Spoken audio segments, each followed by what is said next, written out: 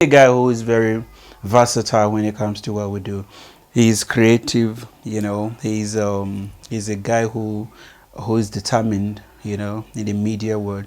He's a guy who never said no, you know. When you give him a difficult task, he'll make sure that he improvise and navigate through that task.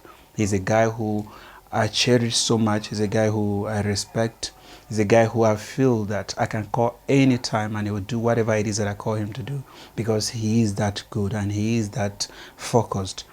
Today I have with me a graphic designer, I have with me my videographer, I have with me you know, the cinematographer, everything. He's just everything. You can call it whatever it is that you want to call him. He's an actor, you know, he's a director. He has done a lot of things. And I have with me Kamo in the studio talking about Kamo today. I'm so excited. How you doing? I'm good. You want to drink first? Please. Let's go. Okay. We're supposed to. Hi. Thank you. He decided to change the direction that I was going, but it's all good. With Kamo, I will accept him. Obvious. Okay. Good day to the people at home. My name is Kamo. Many know me as Mega Art. So yeah, I'm just gonna be speaking about my life and everything that Akura has for me. Okay, that he's gonna be talking about his life, but I feel like I know half of everything about you. No, I'm saying I feel like I know you a lot. Yeah, but because I know, yeah, a lot of people out there want to know. Yeah. You also, you know, you've done a lot of things, great things at your age, you know, and you're still in school. Yeah. You know, so a lot of people want to know who is this guy that I've been praising so much. So I would want you to talk to them about who you are and what you do. Yo, there's a lot to say about me. First things is that you guys should understand that I'm one person who's good and at working under pressure, you know. I'm someone who is a workaholic. Like, if I'm not working, I feel depressed. You know, because I know that. I know. Sometimes when I'm at home and I have nothing to do, I'd rather walk. You understand? Because okay, let me tell you one thing about this guy that I respect so much. Like he says, when he's not working, it doesn't feel good. Yeah. I once had an issue with him. In the media group where we work, and I decided to punish him. And I said that he's not going to be part of the media group. He's not going to work. Trust me, he was so disturbed. He was so disturbed to a point that he was so worked up. I'm telling you, this guy, and he's not lying when he says that when he's not working, he feels depressed because he's very good at what he does. You know, he's somebody who want to learn every day, and I appreciate that about him. And he challenged me a lot. You know, sometimes he will come, something that I taught him, he came to challenge me. I said I knew you better than me, which I have to accept. I have no choice because I wanted the argument to go. Yeah. So now with what you're doing so far, a lot of people that don't know you, and we've seen a lot of nice things about you, which to me I feel is true. What is that thing that you feel is in you that I don't know, and a lot of people out there don't know as well? Yo, I'm not into relationships, first things. Like, I feel like women are a distraction, you know. Like, at a certain point, because many would say that women could be your spine, but I feel like at a certain point they can be a distraction. So yeah, I am normally distracted by that is how you know people who are focused, right? Yeah. People who don't follow every woman. People who feel no, yeah, you're saying that distraction. A lot of women are going to take offense to that. They're going to feel like, oh, this nigga just think that we don't have anything to offer, you know. But what you're basically saying is that when you want to focus on do your job, you should put women aside. Yes, exactly. I agree because at some point I regret some of the things that I did in the past. And when it comes to women, I feel like I never knew a woman, and that would have been better. But now I would have been a genius somewhere, you know, doing a lot of great things and. Because women will slow you in a way. Yeah, they will. Yo, guys, you know, guys, you know, I've dated, and the minute you get blue ticked, you're not gonna wear. All right. Nothing, you're not gonna wear. Okay, I want to take these. I want us to digress a little bit from because we're talking about everything. We don't have a specific topic for our conversation. It just is a conversation between friends, a conversation between brothers. So we're going to talk about a lot of things. And I knew you at church, at somebody who was dedicated to going to church, serving the Lord, and working for the Lord. Yeah. Has that changed about you? No, it hasn't. Not at all. Just because I'm not going to church doesn't mean that I don't praise or I don't pray. You understand? It's just that because of COVID-19, I felt like I wasn't protecting myself. I was protecting people at home because I live with my parents, by the way, guys. So I feel like parents would take it like too hard if I was to wear my mask at home. You understand? So I just felt that I should quarantine myself, and yeah, that's why I haven't been coming to church. Oh, by the okay. way. Yeah. Okay. Now, as a youth, because I remember you were in a teenagers class. Yeah. As a youth, what do you think that the teenagers going to church need to do for them to stay focused in Christ? They should do activities that are relevant, to the Bible and what God needs. Sometimes you should at least like play games. I don't know. Yeah, man, just play games that are related to. You're like the fifth teenager that I've spoken to that will always talk about the activities. What's up with the activities?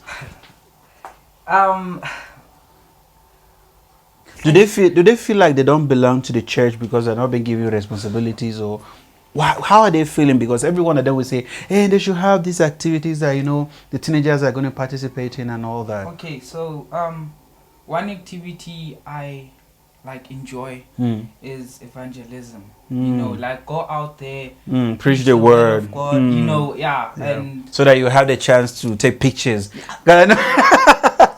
I know. How do I know that? Yeah. I said I know like at least 70 or 50% of you as a person. So you could also like help the church out, like cleaning the church, yeah, man. You could help a lot. All right. So where do you want to take your career to? Because you're so good at so many things. And sometimes they say that people who are good at everything end up doing nothing. End up doing nothing. Yeah. Do you agree with that? Because you will be like, okay, I'm good at this, and they will not focus on anything. Okay. So what do you... No, the thing is, I like doing what I feel like I can't. You understand? I like challenging myself. It's like dance. I have a friend. His name is Bongani. So I do the hip hop dances. Bongani, by the way, is our director. Yeah, he's our director. All right, yeah. So yeah, I do those robot dances. You see. So now I noticed that I always shoot like pantsulas when they dance. Like I take videos for them. Yeah. By the way, on YouTube, I'm Mega Arts. So yeah, I take videos of the pantsulas. So I'm like, this dance looks difficult, man. Yeah. Let me try. You understand? Yeah. It's like also graphic designing.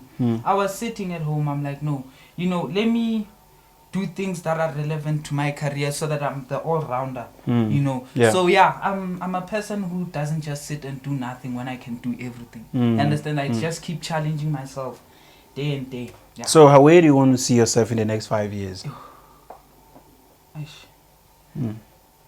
Yeah, I mean, I just... Because I remember I said something to you and you didn't believe me, but I told you that you and I are going to find ourselves in Hollywood. Yeah. We're going to be in Hollywood in the next 5 years. And that's what I say. That is me. I don't know what you want to do. But I said to you that the moment I step into Hollywood, I'm picking you with me. Which is something that I see is going to happen.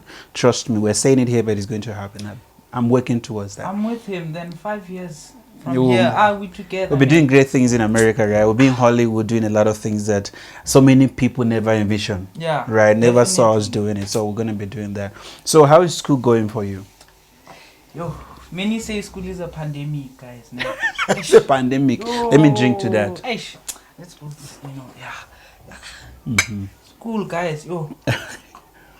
But even though it's a pandemic, I always hang in there. Understand?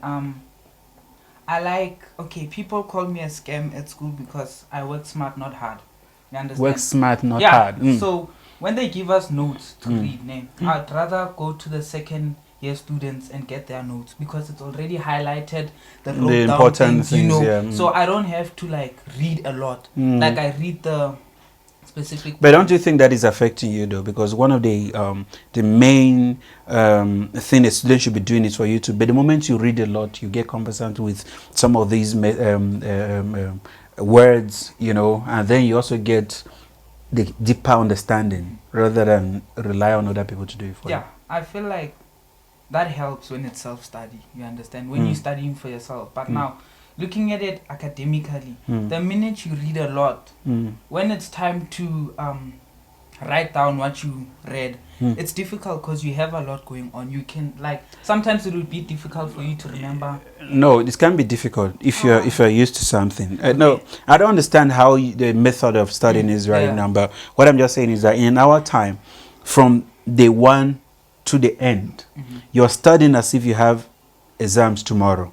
Oh, yeah. You're not studying like, okay, let me wait until exams are approaching, then I start studying. You study every day as if tomorrow you're writing. That is how it was. You had these sleepless nights because you want to make sure. So when these things are coming, you're just laughing at it. You don't need a teacher to tell you that this exam is going to come from these and no. You are prepared. By the time it comes up, it's just for you to, even if you don't know, improvisation comes in, man. Yeah, man. You have to find but a way. Now the thing is, we different, guys. You know, we have different, like, journeys. Not even journeys. Or study methods. Responsibilities, guys. You know, because I'm in the film industry. I'm in, you know, so I be busy. You know, all like, right. Okay, hold it there. We're coming back. I'm still in the studio enjoying myself with my brother Kamo. We're just chatting, you know, talking about his journey and the things that he's doing. Stay tuned. We'll be right back.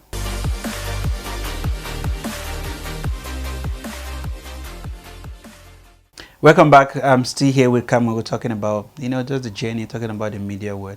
And so far, Kamo, before we went on a break, we were talking about your study and the methods in which you use in studying. Yeah. And I was talking to you about that, but you were able to let me understand that we all have different responsibilities, which is correct. I agree with you. So now in the media world, can you say now that you are okay with what you're doing and this is where you're heading and you're sure you're going to get there with what you're doing right now? I would say that I am happy with how everything is going because I'm meeting relevant people who are promising, you know, they're showing me that they're gonna be significant in my success, in my journey, you understand? So yeah, I am happy, but I would always be happier to meet people who'd also help you. Yeah, that is true.